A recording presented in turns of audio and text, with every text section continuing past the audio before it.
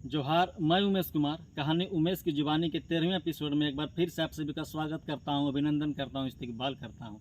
13वें episode में मैं आज आप सभी के साथ झारखंड के भूगर्भीय संरचना और धरातलीय स्वरूप के बारे में बातचीत करूंगा। भूगर्भीय संरचना यानी कि जियोलॉजिकल स्ट्रक्चर, भूगर्भीय यानी कि भू के गर्भ, जमीन के अंदर के बारे में, अंदर की संरचना के बारे में, और जमीन के ऊपर यानी कि धरातलीय स्वरूप के बारे में बातचीत करूंगा। तो चलिए पहले हम बात करेंगे भूगर्भीय संरचना यानी कि ज़मीन के अंदर की संरचना के बारे में, उसके स्ट्रक्चर के बारे में।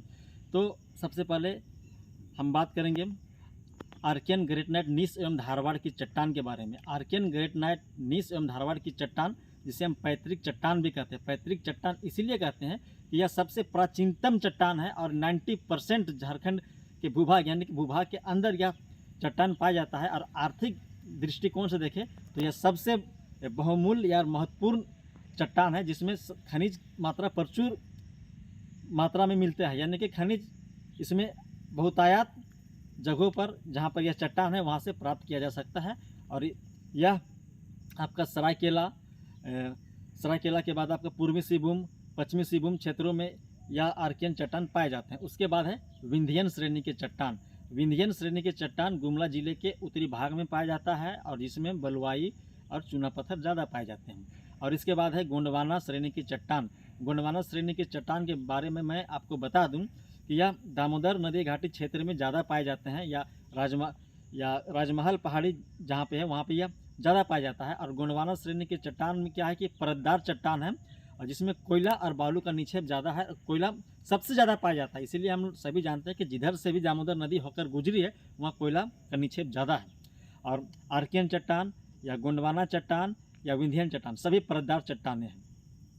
इसके बाद हम आते हैं राजमहल ट्रैप और दक्कन का लावा। राजमहल ट्रैप और दक्कन का लावा का निर्माण लावा के बहने से हुआ है, और जहाँ पर लावा का निक्षेप हुआ है वहाँ पर बॉक्साइट और लेटराइट पाया जाता है। और यह बॉक्साइट और लेटराइट आपका पाट क्षेत्र में ज़्यादा है। पाट क्षेत्र कहने का मतलब लोहरदगा, गुमला, इन क्षेत्रों में ज़्यादा पाया जाता है। इसके बाद हम आते हैं कि नवीन जलोढ़ मिट्टी का निक्षेपण वाला क्षेत्र। नवीन जलोढ़ मिट्टी का निक्षेपण वाला क्षेत्र कहने का मतलब है कि जहाँ पे नदियाँ हैं या नदी का बेसिन है वहाँ पे जलोढ़ मिट्टी का निक्षेप हुआ है, और उसी से नवीनतम जलोढ़ मिट्टी का चट्टान या वह क्षेत्र पाया जाता है, जो कि आपका सोन नदी का घाटी और स्वर्णरेखा घाटी के निचली भाग में पाया जाता है। तो यह था झारखंड के भूगर्भीय संरचना यानी कि ज़मीन के अंदर के बारे में। अब हम बात करेंगे झारखंड के धरातलीय स्वरूप के बारे में, यानी कि ज़मीन के ऊपर के बारे में।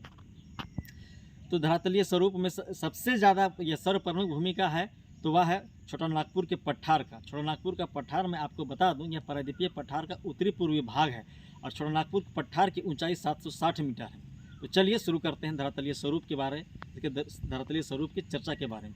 तो धरातलीय स्वरूप को 4 भागों में बांटा गया है। पाट क्षेत्र, रांची का पठार, हजारीबाग का पठार और निचली या नदी घाटी या निचली नदी घाटी क्षेत्र या निचले मैदान। तो सर्वप्रथम हम बात करेंगे पाट क्षेत्र। पाट कहने का मतलब समतल, यानी कि जहाँ पर पाट क्षेत्र की पहाड़ियों ऊपर की पहाड़ी में जो मतलब जो पहाड़ है तो वह समतल क्षेत्र है। पहाड़ के ऊपर लगभग एक ग्राउंड की तरह है कि समतल, इसलिए उसे पाट क्षेत्र कहते हैं। और पाट क्षेत्र की ऊंचाई 960 मीटर है और इसका जो आकार है, शेप है, वो ट्रायंगुलर है, यानी कि त्रिभुजाकार है। और इसके ऊपर को हम नीचे, ऊपर को टान कहते हैं और नीचे वाले ट्रायंगुलर के जो शेप है उसको नीचे को हम दोन कहते हैं। और इसी में आपका नेत्रहाट का पठार है। नेत्रहाट के बाद आपका गणेशपुर का पठार है।